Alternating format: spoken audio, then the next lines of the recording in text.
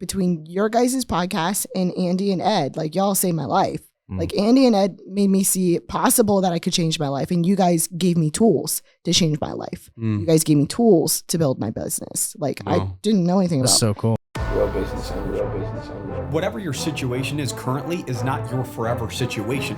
That's really what real business owners is, man. Like, we don't care where you come from. Where are you going? Our goal and our job is to reduce the mistakes that you have to make or the money that you have to lose.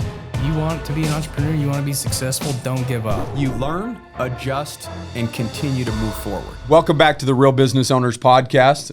This is Trevor Cowley, as always. Kale Goodman. What's up? What's up? Guys, today we have an amazing guest for you, Amanda Catarzi. Okay. She is an individual that we met, a week ago? Yeah. About a week ago or so. Kale had a nice conversation with her at the $1 Million Mastermind. They connected a little bit. Kale said, yeah, come out. Let's chop it up and do a podcast. And, you know, that you could kind of tell people that will be massively successful when they just make shit happen. Just right? do what it takes, people. She's doing what it takes. Like, she was already headed out to Utah for a different event. Obviously, she's of self-improvement, right? Where she's surrounding herself with individuals that are on a mission to be better, right? And so we know that that's who she is to her core. Yeah. But when we chatted with her for just the moment that we had, there were some details that we wanted to share with you guys. She's overcome a lot. And I really think that that's the problem in society today is everybody's going to deal with some shit, but not everybody's overcoming their shit, right? And she's overcome a lot. And so we thought she would be an amazing guest. Currently, she runs it's a social media, it's kind of marketing, content creation, helping business owners get their message out there a little bit more. And so we'd like to welcome Amanda to the show. We appreciate you going way out of your way to be here today, for real. Thank you. She backed it up. I'm here. We were literally, not to cut you off, but like we're literally talking to someone in our mastermind that was like, man, I was supposed to be there, but I missed my flight. And she's like, I wouldn't miss if I had an appointment to be there on your guys' show, I would be there. I was like, let's go. And she backed it up. She backed it up. She backed it up. So she backed it up, but she did show up with half of a voice, but she still showed up. She says, I'm still going to bring the fire though. I rested it all day yesterday, so I was trying to make it work. So I don't know how to rest a voice. Just don't I've talk never to had a nobody. rest Were you day. screaming? No. At your last event? No, I was just talking to people. Yeah. That's what I'm saying. For 2 weeks I've straight. never rested my voice. Yeah. That's You have my lost problem. it though. There was not too long ago. You were like, I'm losing my voice. Where were we? I don't know. It was at an Where was event I where we were screaming? talking all day. I don't know. I'll find it real quick though, because I use that motherfucker. Yeah, they had a lot of loud music, and then you're trying to talk over it. Like it's almost like a club scene, like where you're yelling in each other's ear. I don't know. I'm a little old school. It's like, can we just have some nice, like, calming music and have a glass of wine and just chill out and really get to know each other? Yeah, exactly. Like, why do we got to be all crazy? How do we get to know each other when we're yelling at in each other's eardrums? You know, like I agree. I can't handle those type of environments that well. I didn't even like it when I was 20. I was like, yo, you want to go outside the venue and hang out? I enjoyed house parties because at least you could sit down on the couch or step outside and have a real conversation with somebody if you wanted to get to know somebody. But enough about partying, yelling in each other's ear. Let's party. Yeah, no? Never been to a house party. Really? Not that cool. You didn't grow up in Utah then? No, I grew up in Florida. Okay. Well, Florida needs house parties. I guess sounds like. So the kids need to step it up around there. Okay. I don't know if house parties exist anymore because kids aren't quite as cool as we were when she didn't grow up in a neighborhood, dude. And that's what I'm excited to hear a little bit about your story. Kel hinted towards it. Is it you grew up in a circus or you were born in a circus or what's kind of explain that here real quick. So because that's definitely unique and interesting. My great grandmother got from Italy to Sarasota in the Ringling Brothers Circus. Oh wow. So my whole family and a bunch of Italian families were brought over specifically to Sarasota, Florida, for the circus, and then my parents met in the circus. Were they like when they for the circus? Were they performers? Were they just helping set up the tents, or they were part of the entire act? They were royalty. So really? They did bareback riding. Okay. Yep. Doing the whole stand up like. Yep, flipping from one horse to another and pyramids and all that stuff. How did you have a long history of people snapping their necks? trying to practice to backflip Oh, from yeah. a horse to a horse? We have Like, videos of them falling off all the time and breaking their arms and being launched into nowhere on accident. did they epic. do that for the adventure side of it, the thrill side of it? Did they do it for just pure money side of yeah, it, just money. to survive? Back in the day, that was the entertainment. Yeah. They were like Hollywood stars at that point. So they were massively wealthy back in the day. So your parents met in Florida. Yep. In the circus. Yep. And here you are. And then I was created. Then you were created. Okay. So you were born in and you were traveling in the while you were little, or after that happened, did they just say, okay, we're done, we're retired, Yeah. we're going to do the family thing now, or what? Yeah, they wanted something wildly different Okay. for my brother and I. So I have one older brother. And instead of like the drug, sex, and rock and roll of the gypsy kind of lifestyle, they went completely polar opposite and joined a cult, an ultra conservative cult called wow. ATI, What did that stand for? Advanced Training Institute, or IBLP, which is Institute of Basic Life Principles. It sounds I've never heard of it. Yeah. So I've never heard of it. So a cult, basically, my guess it doesn't start at like, hey, we're a cult, No. come join it. no. It has to be like a slow turning process where somebody believes that something, but by the time they know it's just too late, and they're so ingrained into a culture Yeah. or into the lifestyle that at that point they might not even admit that it's a cult, or by that point do they know it's a cult? Yeah. Like, kind of what's the process of that? Like, I wouldn't even know, like, how does somebody get somebody in a cult, you know? Well, you have to have something that's a value that you're Okay. offering, right? So my parents wanted an ultra conservative lifestyle. Okay. They were religious at that point as well, and they wanted to homeschool us. And there wasn't a homeschool curriculum available Back then. 33 years Yeah. ago. So this organization offers a homeschool curriculum that was very intense, very biblically based. All about character qualities. So they're making a decision based on, we're going to do the right thing. Yeah. And we're going to raise Oh, yeah. our family around God and religion and this and Yeah. that, with principles, with standards and values. And they got lured into something completely different. Well, because they're acting in fear, right? Yeah. Over something Yeah. they loved. Gotcha. And those are opposite. Gotcha. Love and fear cannot coexist. So then when you act in fear over something you love, you create dysfunction. And so that's literally what happened. So ATI is ultra conservative, which is good. We're all good with conservatism, but it took it to a degree to where it was cringy. So like as a female, I wouldn't have considered college. It wouldn't be a big deal if I finished high school or not. Once I turned 13, I'm an adult and I'm able to be courted by full grown men. Right. And my sole purpose on the earth is to create as many babies as possible, submit, say yes, and have a bright countenance and be a Proverbs 31 woman. So Wow. you're the best of the best, the happiest of the happiest, as long as you submit everything. And clean the house and pop out babies Yeah. every It's single just year. like the polygamy culture that we've had out here and, Yeah. and just not like Super 20, similar. 30 miles from here. Yep. And I mean, the government kind of shut them down and ran them out of there, and they're actually like rebuilding that whole community out there. But I mean, I don't know if ATI was able to have multiple wives and all that stuff like polygamy, but it was the girls were able to be courted. They would pick their husband for them. They would barter their daughters off to other, families and men. And it was weird, right? There was definitely a strategy in the courtship procedure. So you're wanting to be connected to a more wealthy family. Prominent. And like, I'm not choosing that. That's Yeah. a choice that's happening between my father and the head of the other families. And you're not supposed to leave the family until you're married.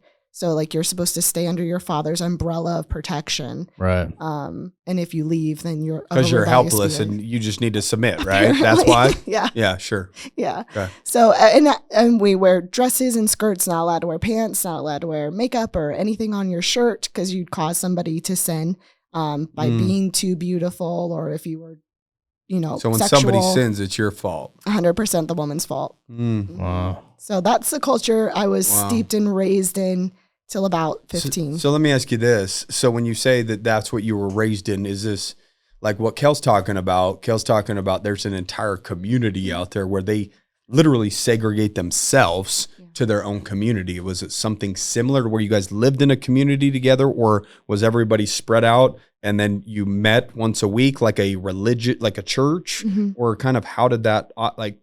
Because you feel like you would have to be around it constantly to end up getting that deep to where you're just like submit, you know? So what does the lifestyle look like in terms of them coming together daily or weekly or monthly or whatever? We didn't live in a community, but we were very close to other families. So we all knew where each other was, and we would have weekly meetings. So the boys are trained in like military measures. It's called alert.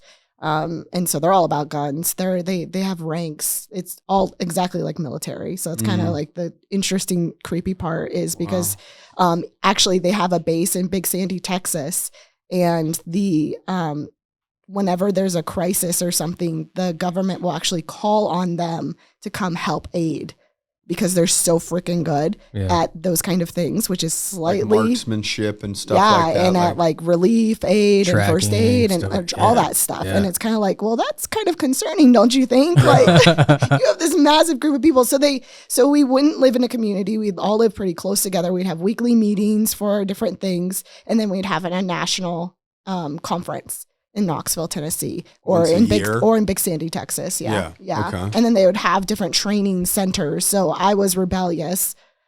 Go figure. You don't look rebellious. You would never, you know. I was rebellious. And so they sent me to Indianapolis to be rehabilitated at one of the training centers, and that did not go well either. So that eventually ended up getting us kicked out. What age did they say that you need to be fixed? 15. 15? I was caught listening to Good Charlotte. Well, I'd send you to rehab too. I wasn't a fan. I was more of a gangster rap guy. Okay. But well, then I would have been in big trouble if I was listening to gangster rap. Yeah, I'm certain of it. I did that, and then I ended up because they do physical labor like hardcore. So I was so exhausted. I got in terms of their rehab. You mean the physical labor is like, let's just work them to death. Yep. So and like cleaning, iron them out. Cleaning the whole convention centers and floors and dish pit and all that good stuff. And then I got into an elevator because I'm like so tired finishing the night, and there was a guy in there, and I didn't even register. Huge trouble because I rode in an elevator with a guy without a chaperone. So then I get put in the prayer closet, which is like in the basement, like a little cot, and they have you fast. So they just don't feed you. And you have to memorize like chapters of scripture, and they beat the crap out of you. Just to remind you of that my you're place. not. Yeah. Wow. So that was and then That's that didn't work. intense. So then they sent me home and basically kicked us out at that point. So Really? yeah. So, How did your family? Did they kick the whole family out, or was it like? yeah, Really? because there were only two of us, which kind of like wasn't a good look for them. You Yeah. have like five or more. Yeah. And You ain't replenishing the earth with the ATIs, you know. I know. Like let's at least get a dozen or something. You know what I mean? There's multiple families have 13, 14, 17 children.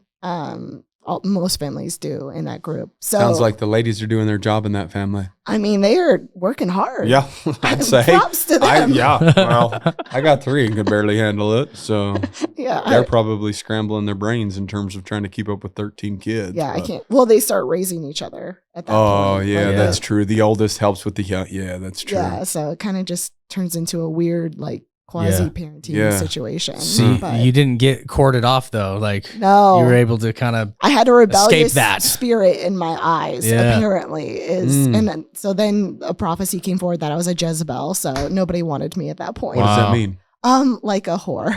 Oh, really? That's what a Jezebel is? That's Yeah. a nice way to say it?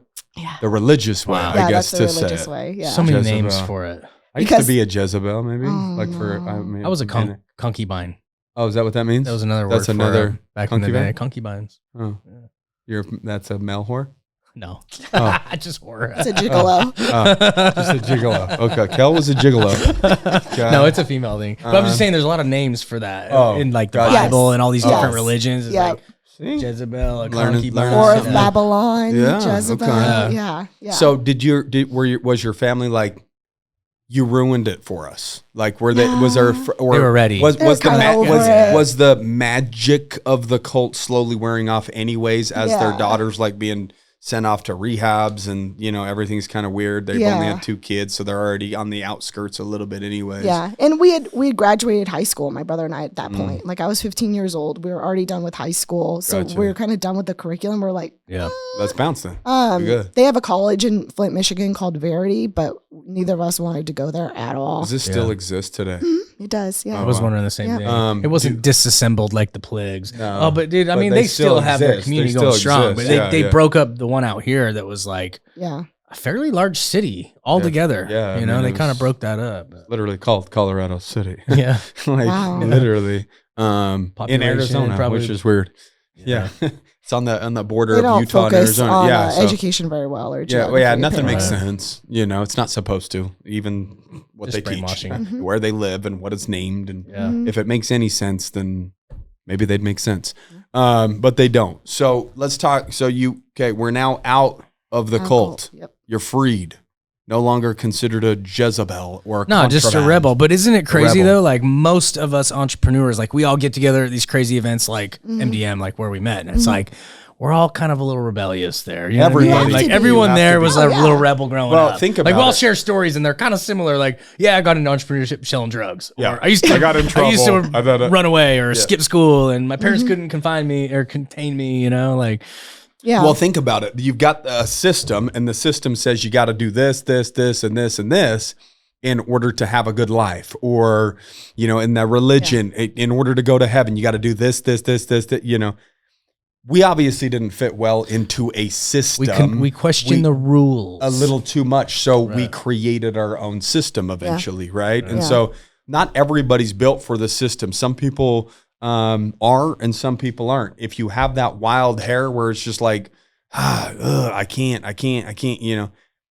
you're probably not built for the system. You're built to create your own system, whatever that looks like. Yeah. And obviously you had the whatever wild eye, and she still does, right? She's still out there kicking ass and taking names and doing cool ass shit. Yeah. And so you have to be considered somewhat of a rebel to go against what society says you should do and go try to create for yourself. Yeah. That is a rebel just in of itself, right? Most things created great are against the grain. But I'm interested in like when you figured out like entrepreneurship and like, this is for me, and started going down that. Yeah, it's a definitely a crazy upbringing. Yeah. But now you're out and you're starting to, create a lot. I mean, this is what's transpired over the last 15 years, right? Or 18 years since then. We've got the first half down. Yeah. Talk about the second half and lead us into where you're at today in terms of entrepreneurship, because I'm always interested in what was the first thing? What did you go through to get to the first opportunity to be a business owner? Well, and during all that, I was always entrepreneurial. So like my parents were very poor. Mm-hmm. And so I'm always trying to figure out ways to help them with money. So I'm baking bread and selling it. Right. And I'm making so soap crazy. and selling it. Yeah. And I'm like, 7, 8 years old doing that, making bank, doing it. Yeah. What was interesting is my parents would always shut it down. Like it would start to make too much money and they'd get freaked out and they'd be like, okay, that was fine. Good job. Like you're not doing this anymore. Yeah. And I was always like, what? And I don't know what that was It'd be in them. interesting to figure out what the some was weird there. bias or scarcity mindset's going on there. 100%. And I mean, I would take the money and literally sneak it into their little Dave Ramsey envelopes, Oh, that's so cool. And I'd be like, okay. And then they'd be like, it would mess up their system totally. But I'd always like sneak in the money because they probably thought it was ATI. They were like, we prayed and like, it showed up. Yeah. That's why they stayed in it for another 8 years. It was me that exactly. You should have took credit, write your name across the money. So, hey, that's mine, not ATI. So it was always like something in me that wanted to do that. Unfortunately, my identity was lost completely still at that point. So, and then that kind of led me into being sex and labor trafficked by a boyfriend because I had no idea who the hell I was. I didn't know how to make decisions on my own. I didn't know what I liked. Yeah. Like I went into a grocery store and had a total meltdown when I moved out to California because I didn't even understand if I liked peanut butter or not. I'd never been able to have that much free will and that much choice, which led me into abusive situations. So it took quite a while to regenerate that little Amanda into someone who could make decisions, who could execute on a consistent basis, and who knew what I wanted. Yeah. So it took a minute. And that didn't really start until, so I was sex trafficked, labor trafficked, escaped that. And then. And what were the ages there? Just so that I have a timeline here. Like 25. Okay. So the labor traffic part is I was fighting MMA professionally for him. So he was my coach. And so I was fighting res fights like every weekend, getting tons of brain damage. And then, setting up gang rapes afterwards for me, wow. And he was profiting off of all of that. Damn. So that's what you call what'd you say, the labor trafficking was the fighting stuff because I'm working and he's getting money. And then the sex trafficking is any sex act in exchange for something of value. So that's what I was trying to put together. Okay. Yeah. Okay. So when I got out of that, I'm like, I'm meant to help people. I need to help people. And I wasn't even really sure about who I was or anything like that. So I went to therapy for 2 months. Yeah. And then I started social work, which was highly dysfunctional, but it was fantastic. I was able to help bust trafficking rings and went over into Myanmar and rescued a bunch of kids in Thailand. And talk about that real quick. I mean, how did that impact you? I mean, obviously you've had your share of trauma, but being able to serve other people and help them out and help them, escape trauma, what did that do for you in terms of filling up your cup, right? It's a redemptive process. Yeah. It's me. It's insanely selfish. Yeah. It's me redeeming my life. Yeah. It honestly, bless their hearts, I'm happy to help them. It had nothing to do with them at that point. It had everything to do with trying to make it worth it. Feel value. Make that trauma I'm worth bringing it. value to the world. Yeah. And bring value to me. Right. Because my value had been stolen completely. Gotcha. So if you're serving, you're filling up your own cup and bringing value to self, as in, I am worthy. I can improve other people's life, and I'm improving my life through helping them in their life. Giving that pain purpose. If pain has purpose, it can be endured.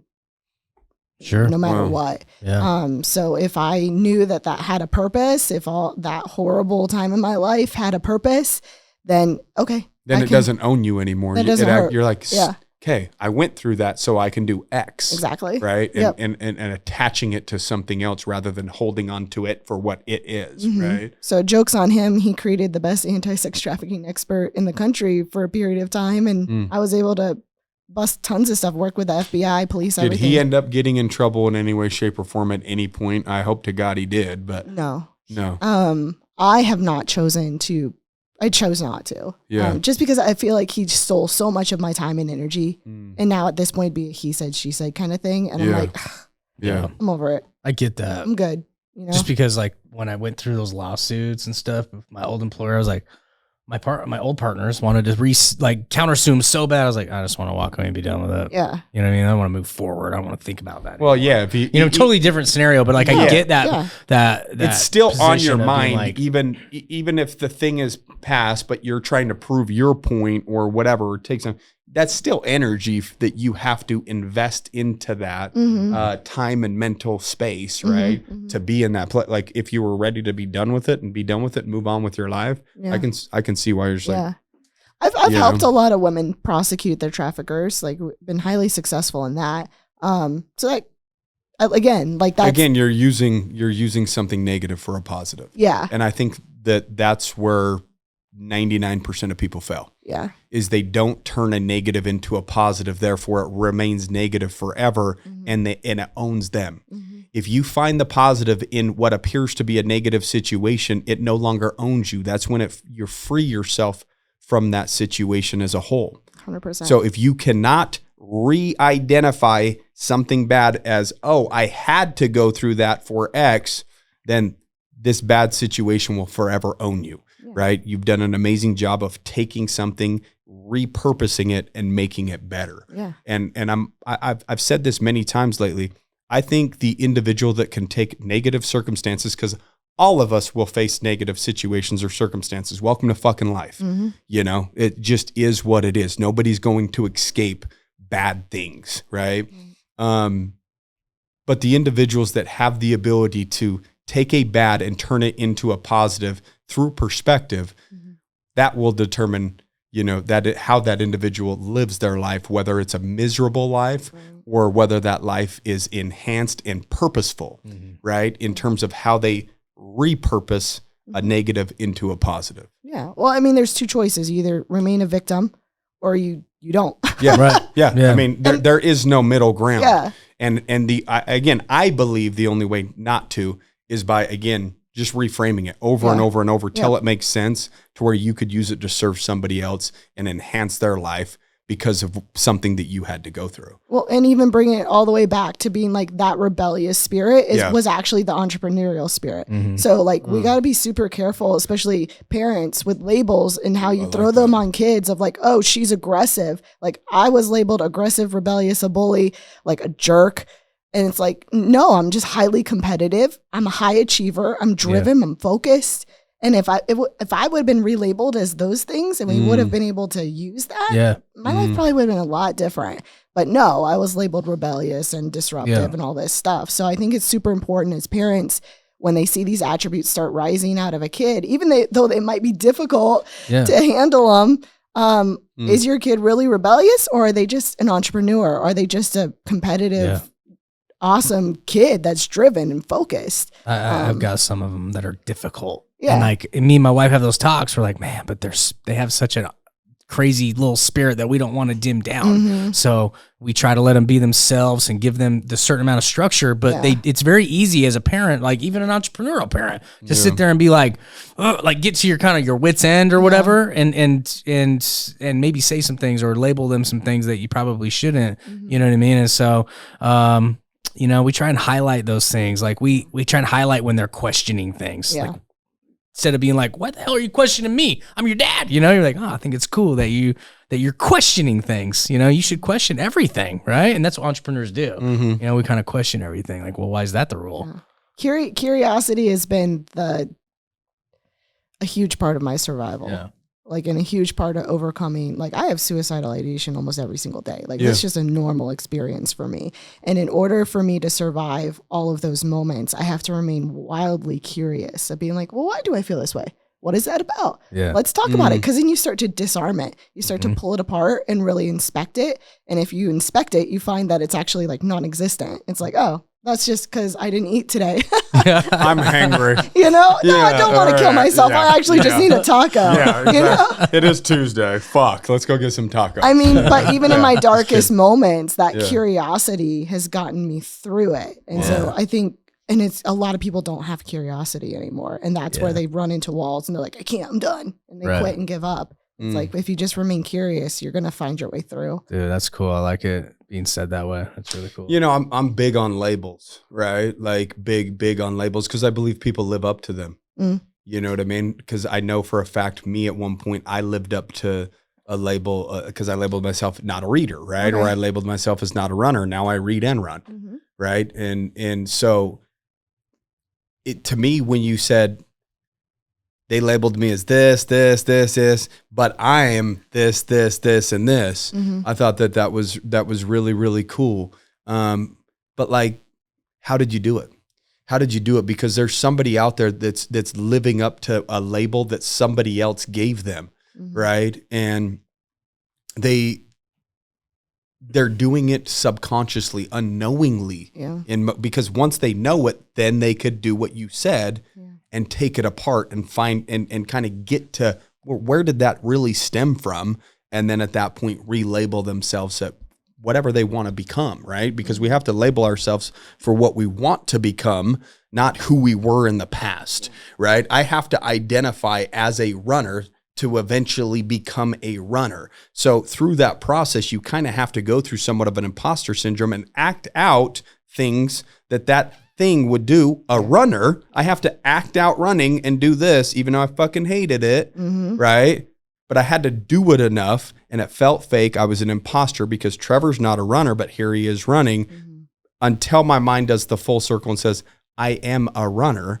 Why am I a runner? Because it has enough history to say, well, you run a lot. Yeah. So I will accept that label. I am a runner now, right? And so to watch you go from, well, they labeled me as that had to be a very confusing time where you're like, well, maybe I am screwed up. Maybe I'm that. Like, how did you get to the point from being told what you were to owning some of the labels that you just gave yourself? Because I believe that those labels are true just looking at you today. but I'm just curious about the process of going from such a low spot to such a strong, confident woman that's, running a successful business today. Well, it was a very black and white situation. I operate in very black and white, which is good and bad sometimes. Yeah. But I think I probably got to moments of burnout or breakdown or suicide, suicide attempts of like, I have to change something. Otherwise, we're going to just keep repeating this cycle. So it's like, well, what do I want? What do I really, really want? Not what do I think people want me to have, or what should I want me to be? Who should I be for what them? I should be? How should I what live do for I acceptance? Want? 100% selfish. Like, let's get real selfish. And once I got selfish, I got free of those labels of like, no, I want the jet. I want to be a billionaire. I want to change the system. I want to write legislation. I want to, control the government with my donations that I'm going to make. Like, I'm going to do that. And once I started kind of just repeating those things to myself, then I started shifting inevitably to become that person. So one of the first things I did, I remember the first time I did this, I decided I wanted to be the international relations director for the nonprofit I was working for. I was working for an anti-sex trafficking organization. We weren't international. I just decided that that's what I wanted to be. So I gave myself that title, and for 10 minutes every single morning, I would do stuff that I thought an international relations director would do. And like, next thing you know, like 4 months later, I'm in New Zealand counseling New Zealand government. I've taken the NGO international. That's cool. Single-handedly. You just started calling meetings. Come on, guys. I'm the international 100%. director. I need to have a meeting with y'all. Yeah, I started calling. So I called every single fucking branch that. of New Zealand government, and I sent them all an email within the same hour. Because I knew even if I hit like the financial branch, they would forward it to the right person. Yeah. And so this person would get 20 emails about me in the same hour, and would get 20 messages about me in the same hour. So I'd be the most talked about person for 1 hour in New Zealand government. And that's how I got them to meet with us and to talk about their legislation surrounding prostitution, because it's legalized over there. And so to kind of help counsel them on that. And then I ordered all of their data and reports and found all the loopholes in all of their laws, according to their statistics, and then proposed them a plan on how to fix their government.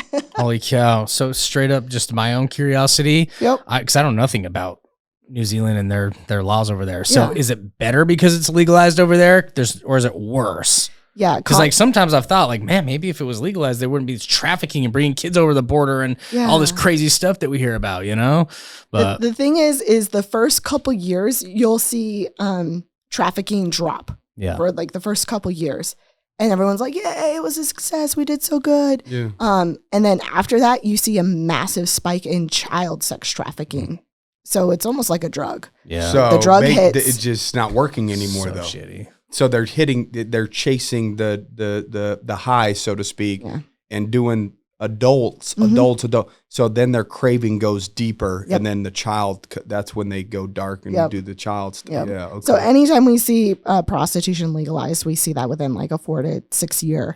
But it's a success. Right. Because they've got the numbers of it dropping off. Right. And then a lot of no things government can cares about appear long term. successful in short term. Yeah. Right. The true success is everlasting. Right. Yeah. Even when my brother was struggling with drugs and we were all trying to get him help and he didn't want it yet, it was like, he was like comparing, he kept saying, what's that?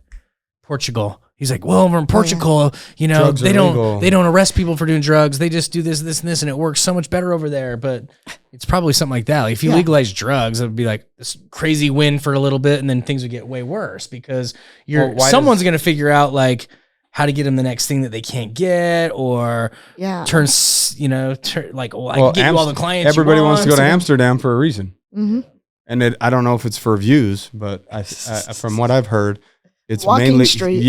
they're just trying to get drugs. Like it's the experience of them going to get drugs legally is really like, even me, when I was young and I was a drug addict, like I was like, oh, Amsterdam sounds cool. Like, let's go there because it had everything I wanted for sale right in a store. Right. I didn't have to do a back dirty deal behind a dumpster or something, So that's what Amsterdam has turned into. It's like a drug capital of the world. Yeah. And I don't necessarily know that would be considered a good When. label Yeah. for a country just in general, right? Yeah. So, but no, that was the first time I had like visualized something different wow. and said, oh, that's what I want to be. And so I just started pretending like I was that person. And then life just followed. How long ago were you at this point, 27, 28, something like that? Yeah. Yeah. And so I saw that I could do that. And I was like, oh, I can keep doing that over and over and over again in my life. Like I can keep being like, this is what I want. This is who I want to become. I'm just going to start acting like it. And then everything else will follow through. Not just sitting there visualizing with my fucking vision board, you know, and like trying to get it to come in. Shit. Like you put in real work too. 10 minutes a day. Yeah. 10 minutes a day of With being that person. consistency. Yeah.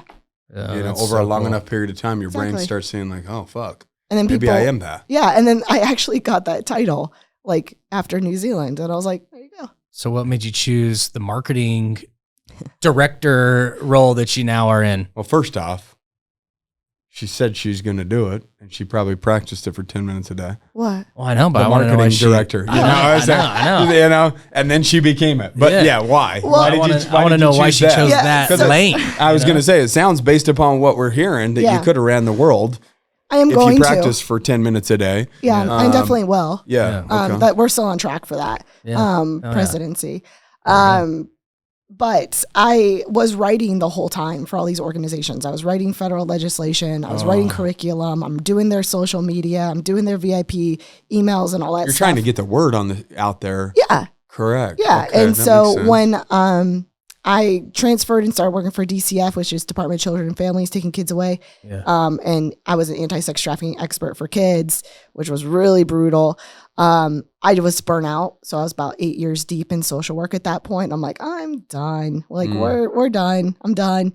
And I was already writing. So it was a natural progression for me to just be a freelance writer at that point. So I straight up quit my job. During the pandemic, I told my husband, I'm like, I'm quitting. He's like, cool. He's like, you make money. You know how to make money. He's like, I'm not even worried. You can just up and quit your You'll job. figure it out. And I started freelance writing like crazy and kind of figuring out what I wanted to do, what kind of style of writing I wanted to do. And then that just kind of morphed into content creation and marketing. And and then I started hiring people because there was just too much work. And now it's just, I feel like I'm on the outside holding on to a rocket ship and the thing's just taking off. And I'm like, I have no idea what I'm Keep doing. holding on. but Hey, yeah, you know, Yeah. sounds like entrepreneurship. That's awesome. You know, hang on for the ride. It's such a huge need though. Like Yeah. we literally, even in our mastermind just recently, we had guys asking about that, like, you know, like creating content and like being consistent with it, but they're busy running their businesses. And I'm like, well, there are services, right? Yep. But I actually was sitting there. I'm like, well, I know who to refer them to if they want to write a book and do some of the PR stuff, but like, I'm like, I actually don't know anybody that will like build your social media marketing, like system and you know, all that stuff. Right. And Now you so do. now we know somebody in the network. We can send you some people Yeah, for sure. So are you ready to do it at scale? Oh, hell yeah. Yeah. Born ready. You just, Have you been hearing this conversation at all? No, I know. Like, I'm actually just looking at. I'm in awe by you. You know, for real. You've sculpted this individual that is sitting here today. That probably doesn't even look anything like the individual 5 years ago, 10 years ago. You know, so it's as long as you continue to do what you're doing, you know, the individual will continue to do what she's doing, which is improve at mass speeds and rates. Thank you. No, like for real, like you should be really, really proud of yourself and some of the stuff that you've done because you've overcome a lot and you're an example to many. And I just don't think that you understand the power that you possess in terms of, hey, she can do it. You know, like you have the ability to do that for many, many people. Yeah. And again, you probably have already reconciled that thought because you've turned negatives into positives all the time, you know? Yeah. And so it's just, for me, like like you said, you know, hey, every day I've got to battle this, that, the other. Like, I mean, obviously even for us, like humans in general, we have good days and bad days. You know, it sounds like on the best days in the world that you're standing on top of the world and it's just in the palm of your hand. You know, and then the bad days are just bad. Like, what are you doing on the bad days to reinforce how badass you really fucking are so that you can get back to having the world in the palm of your hand.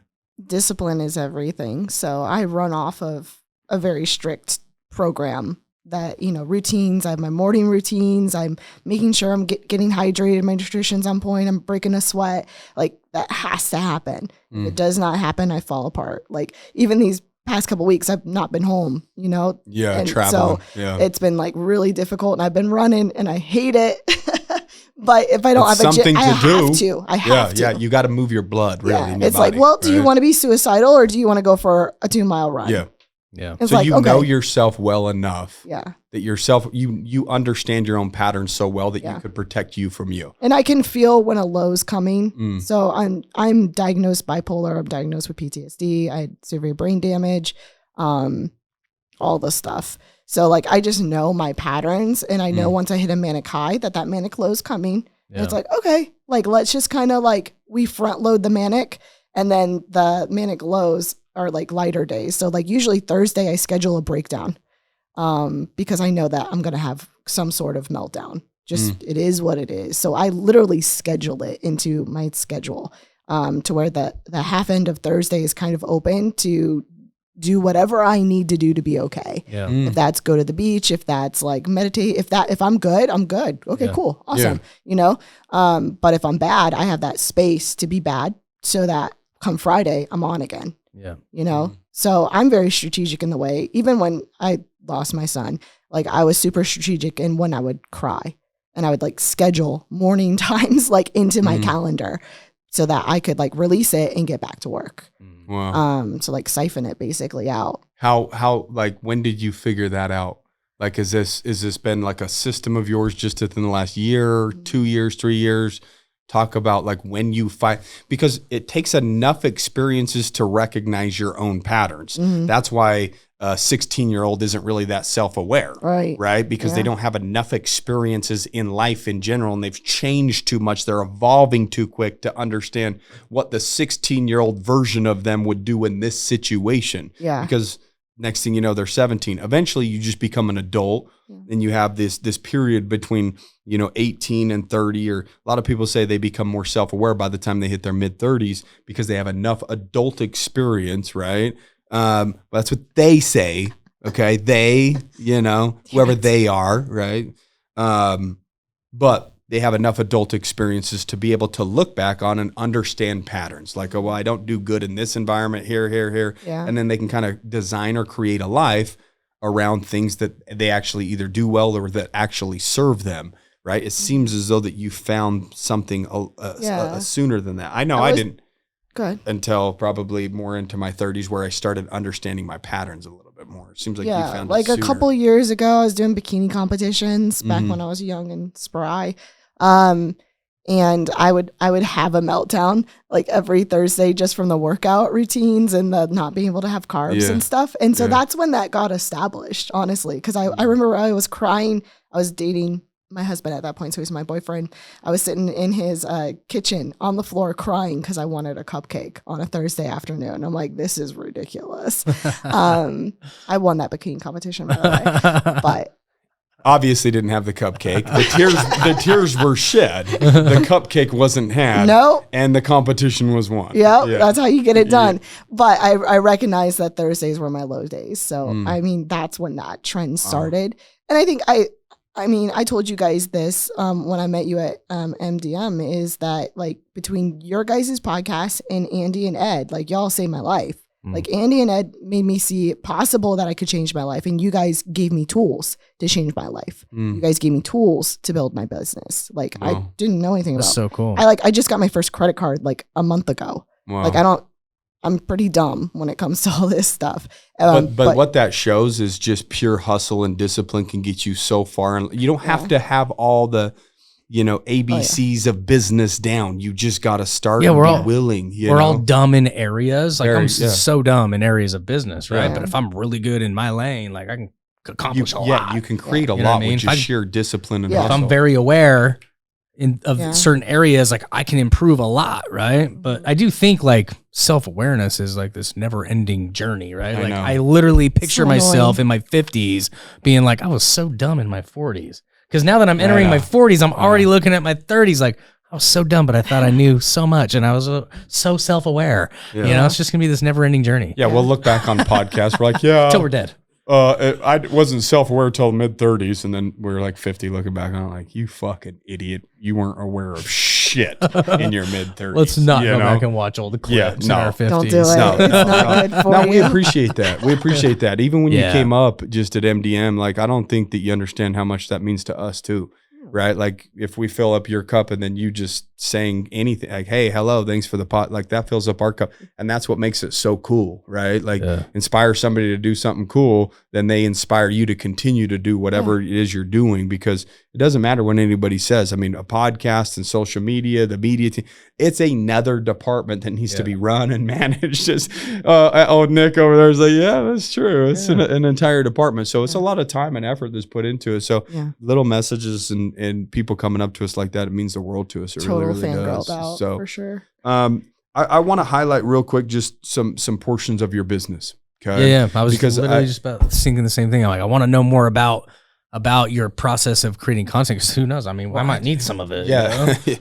Well, I mean, I like letting people know the individual, right? And then leading up to where they're at today and what they're doing. And what I thought was really interesting is just, you know, there's certain industries, obviously guns, ammo, you know, things like that are a little bit more restricted. And most people would say, oh man, I can't advertise. You don't get it. It's my industry. I can't. And then you have an I can type person over here that says that's bullshit. I'll show you how you could do it. And you've obviously done an amazing job in life at just finding your way in, making things happen when you're committed to making it happen. And you do that for some of your clients. So talk about maybe some of the industries and some of the unique concepts that you guys do and some of the things that you bring to the table for entrepreneurs to help to create a community and do some things that maybe they wouldn't have thought about themselves or can't do through just normal ad spend, right? Yeah. So actually, we don't do any ads.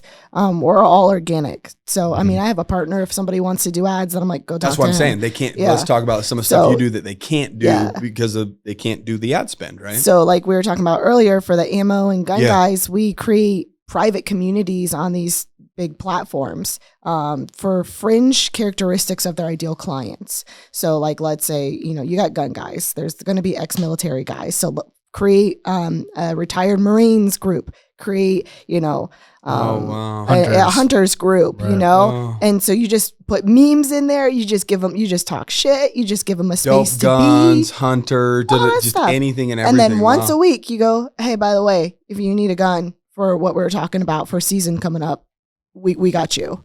Yeah. And they go, oh, okay. And then they come over and buy, and then you just funnel them over into your, it doesn't have to be this ad. It doesn't have to be this big pitch. You just work on collecting and gathering and grouping people together that are your ideal client, and you create a space for them to coexist and to give them a platform. Right. Then they'll reward you by giving them your money. Entertain them. Yeah. Like people That's a big always part of think it. that their social media is about them. It has nothing to do with you. Yeah. It has everything to do with you providing a space for other people to communicate and connect on. Like, are you creating a stage for other people? Right. Like, you guys are right now creating a stage for me, right? Like, and so you'll be rewarded for that. Like, people will listen. People will like that. People will want to be around you guys. And people are so caught up with like, oh, this is what I do. This is my service. This is what I sell. Gives a fuck about you, man. Yeah. Like, what can you do for me? You've listened to a lot of our podcasts, you say? Yeah. Right? And it's been helpful. So you're a perfect person to ask this question to. Oh, God. How many times do you hear us just talk over and over and over about accounting and taxes? I actually had no idea that you guys had that Exactly for right. the longest time. Longest time until I started Googling y'all. Yeah. But we created a platform to serve our ideal client. What's the podcast name? Real business owners. Who are we trying to attract? Business owners. Real business owners, right? So that's something Great that marketing. we identify as, right? That's a label that we say, yeah, that's us. Yeah. And then other people can say, hey, that's us.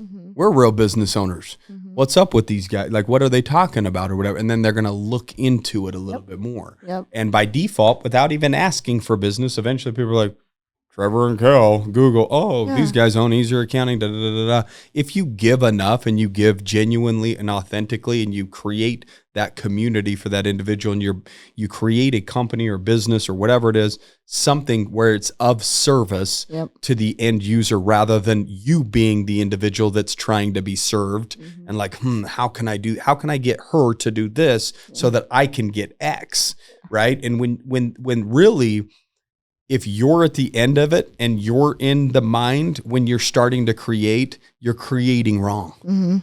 You have to start with the end user in mind when you're trying to create. What do they want to see? What would serve them, right? Like I even landscapers or whatever. And again, if there's landscapers on here, maintenance people, sorry, it is what it is. I'm gonna call a fucking spade a spade here. I don't want to see fucking lines in your grass on every Instagram post. It brings me no value. Right. It actually makes me upset that my lines aren't that good. But so I'll unfollow. But for real, like just taking pictures of a bush that's scoped. Why don't you just say, hey, dudes that want lines in your grass, like me, that don't know how to do it. Hey, if you do this and run this pattern, it would actually make your grass look like this. But if you don't want to do it, you can always hit us up. We're here to help. Bring value to the individual. Don't just take a picture of what you did and hope that somebody's like, yo, I want to work with that person, right? Well, I think people are afraid of running out of value. And so because people ask me all this, they're like, how much should I give away? I'm like, you can give it all the fuck away. Yeah. Like if you follow, we were at first. It's scary because you're taught not to do that. Yeah. And so if you follow my Instagram and if you do everything I say to do on my Instagram post, you will never need to hire me ever. Right. But people just don't want to do. Exactly. Therefore they hire or But that being said, like so now I'm gonna go to your Instagram right now. Now I'm gonna follow. I mean, and it's like it's kind of natural. Like I still catch myself doing it. Yeah. You know what I mean? Like, oh, that's a really good thought. I'm gonna save that for a different episode, or you know what I mean? You're afraid of running out of value, so you're like trying to hoard things and then you forget anyway. But if you are taking time to listen to your own thoughts, and not just trying to copy other people, you're never going to run out. Never run out. You got to stay connected to the main source, which is you. I 1000% agree, but I would also say be always evolving as an individual as well, so that the perspective is evolving, so that you're sharing what you individually are learning. Yeah. Therefore, you're always changing the message, tweaking minor tweaks, right? Yeah, micro adjustments. Exactly, because you're making micro adjustments every single day by being consistent through your discipline. You are evolving as an individual, therefore your content or whatever it is will evolve by default.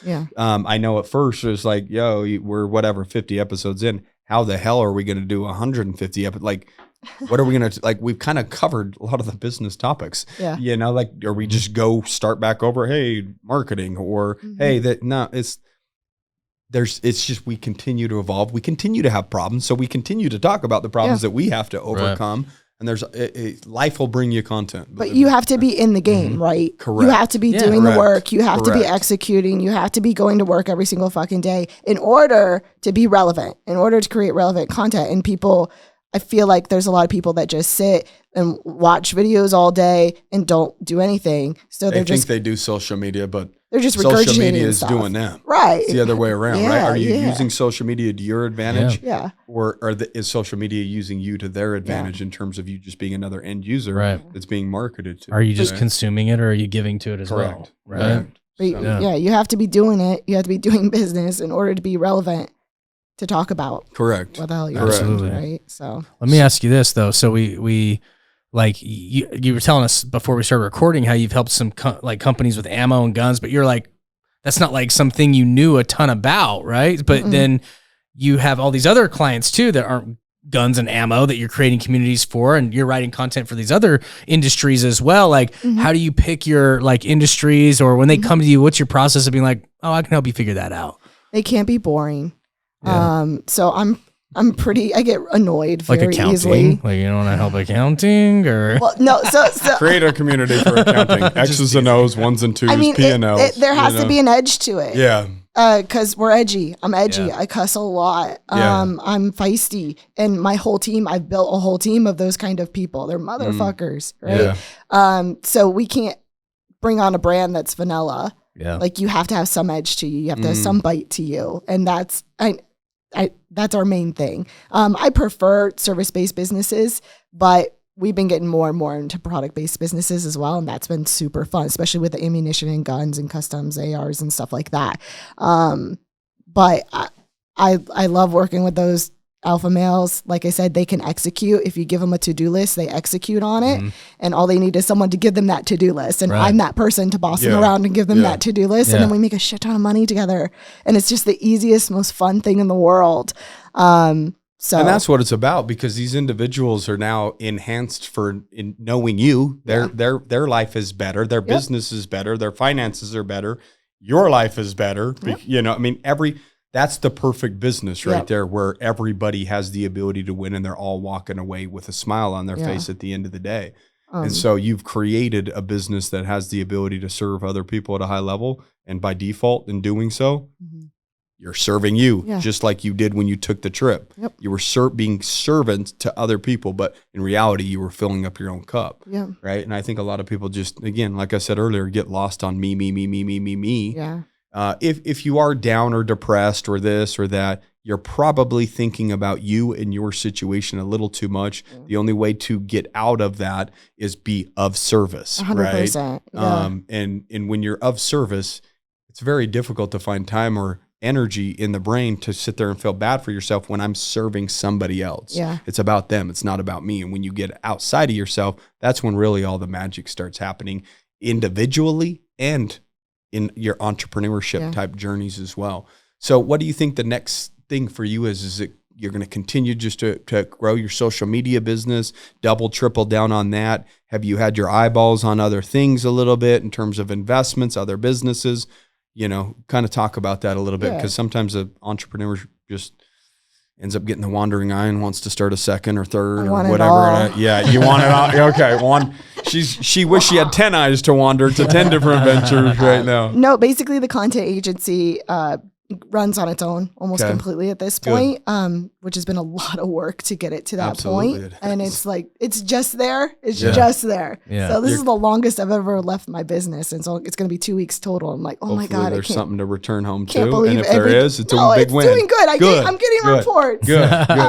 Don't put that evil on me, Ricky Bobby. So now I want to start investing in real estate and in Section 8 housing. So that social worker still is inside me that wants to provide good homes for Section 8 housing. And I understand the people group. I understand how to work with them. I've got tons of experience there. End user. Yeah. And the government always pays rent. Yeah. So it's a win-win. Recession-proof. Yeah. And in Florida right now, there's no affordable housing at all. So that's the big thing right now, just in general, with everything the last 2 years. Skyrocketing in price, just in general. I actually have a meeting with the congressman in a couple of weeks to talk to him about that, and to a round table for us to try to figure out how to fix that, because it's a random relationship I've manhandled my way into. That's so cool. Sounds like you've manhandled your way into a few, and you're really good at it. And well, most people are just afraid. It's so easy to win. It's so easy to win at this point because people are so fucking lazy. That's true. And even for A-type high achievers like us, we could even coast and still win. Coast and still win. I honestly think that it's going to continue to get easier and easier and easier, because the world just delivers more comforts. It gives more ease to human beings every year that passes. There's a new device, a new thing. We can get food delivered right to our door without even seeing a human being, when drive-through was a new thing 40, 50 years ago. And that was the new ease or the new comfort, right? Like, people aren't going to go to the grocery store eventually and all their groceries will be at their door. You won't even have to leave your house. You can just become a fat, lazy bum and get all your needs met, right? And so that's the environment that will be in 10, 20, 30 years. So if you're raising children right now that are of discipline and work ethic, like you said, half-ass effort would be still running circles around the people that the world is currently creating, I believe, anyway. Well, and that's why people think I'm an animal, or they're like, you work too much, or you're too focused. And it's like, I'm not trying to live an average life. I'm trying to change stuff. What you say is you work too little. Yeah, I'm trying That's to. my perspective on you. So I'm trying to change the world You know what I here. mean? I'm trying to change systems. I'm trying to influence, legislation. Like, there's so much I think opportunity. it's because you have a big Yeah. purpose. You have a big mind, big purpose. Yeah. A lot of creativity going on up there. So it makes you go, Yeah. go. Right? A lot of people don't Can't have shut down. purpose, Yeah. and so therefore, why go if there is no reason, right? And so I got too many reasons. yeah, way Yeah. too many reasons to take a day off. I mean, hell, Yeah. what are you catching a flight here in a few Couple hours hours. just to Yep. to bounce out? Are you finally continue going to home? do- Not yet. I got to Not go to yet. Vegas Oh, cool. after this. Yeah. So what was it? So we've been Texas. Texas. We went to Salt Lake, St. George. Now you're going to Vegas. Miami was in there too Oh somewhere. man, Miami was in there Yeah. somewhere. Then Vegas, then home hopefully. Yeah. Yeah. Good, And then good. break. Yeah. And then break. And then who knows? Schedule a meltdown. Pick I was going yourself to say up. Yeah. Go Thursday's hard coming again. up. Yeah. Thursday's coming up. It's the 2-week build up here has been going. It's gonna be a big one. Let it fucking go. I had a Let it meltdown rain, almost you every know? single fucking day in my hotel room at MDM just because I was so Really? overstimulated because Yeah, I'm introverted. It's a lot of. Yeah. And so I I'd mean, I'd go home you're during lunch and taking just a sit on my lot. bed and be like, you could legit get 3 hours of sleep at one of those and Not have even. all the energy in the entire world still the next day. Yeah. Because it's just this. Oh, it's different. but those late night Yeah. bourbons in the parking lot, like that's where the magic deals happen, Mm-hmm. right? So like you don't want to miss out on any of that. I go to bed, so I did miss out not. on all. I did not. I miss them out. I miss out. So, but I would say the hallways are really like Mhm. and that's what people don't understand about masterminds is that they're like going to join because of this person or whatever. The power has been and always will be within a group. Yep. Little rubbing shoulders, networking, side conversations. Oh, you do what? Oh, hey, I know somebody that needs Yep. your da-da. That's how it always works. So make sure that if you join masterminds or you go to events, 100%. rub shoulders with people in the hallways, go outside or whatever, go have a drink with these people because that's where not sitting in a seat when everybody's paying attention to one individual talking, you have that one perspective. But when you leave the event, you've got 30, 40, 50, hundreds of people that you can network with, and they all know hundreds of people. And so that's why a group is really, really, really powerful. And you've been joining groups and, doing all that. And have you seen the individual growth after that in terms of your network as well? Oh, hell yeah. Yeah. Oh yeah. It's been phenomenal. Like I'm glad that we're back in person now. I mean, Florida didn't really care about all that stuff. We're closed for like 2 months, I think, and that's it. I never wore a mask. So it was Me neither. interesting going I guess we into. did on flights. Airplanes got us. It was interesting going into different states and being like, oh, okay, you guys are. This is the game we're fucking playing now, huh? Yeah. Okay. This old song and dance. Like I've not been out of practice, Yeah. because Florida's been. Daddy DeSantis takes good care of us. You know, Yeah, it's been good. Hopefully he takes care of all the United States here soon. Oh, Yeah, don't take them please. away from us. Yeah. Here, Well, our governors were like trying to crack down, and it worked up in the inner city, like Salt Lake. But down here, like everyone's like, I was like, walk into a "It's grocery too store, trying hot." to hang your mask. You're like, just Yeah. walk in, I and was it's just like, no, thank you. I felt bad for the workers, honestly. They got the mask I handing know. out job, like, Yeah. because everyone was hostile about it. They didn't believe in it. Me being one of them, and so it was just like, no, not wearing that. I just go, no, thank You just you. walk in and they're You like, just keep walking.